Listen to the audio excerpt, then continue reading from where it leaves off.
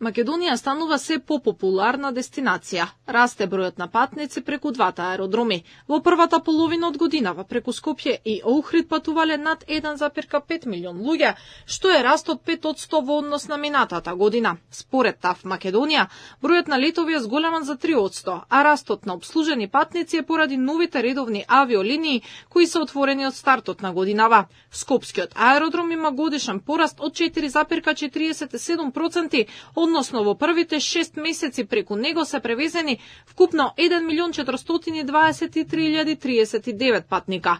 Додека аеродромот Свети Апостол Павле Охрид бележи двоцифрен раст од високи 10,9%, од каде се превезени 103.792 патника од јануари до јуни.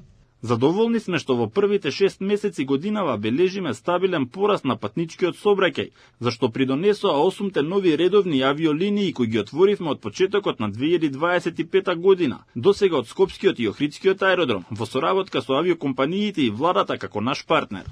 Од ТАВ вела дека продолжуваат да работат на нови авиолинии, а се цели кон шпанското и италијанското крајбрежје, како и кон европските дестинации важни за конекциите на Македонија за економијата, дипломатските и културните врски. Само во јуни Скопскиот и Охридскиот аеродром имале 12% повеќе патници во однос на истиот период од минатата година. Најфреквентна дестинација од Скопје е Истанбул.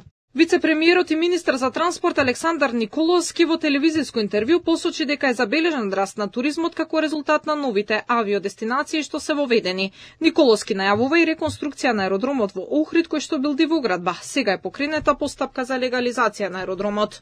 Само мај месец имавме 101.000 туристи повеќе од мај месец лани. Туризмот расте со најголемо темпо во државава. 20% раст има во споредба со лани и град преден за туризам е Скопје. Што за мене е логично, затоа што начинот на туризам Охрид е број 2.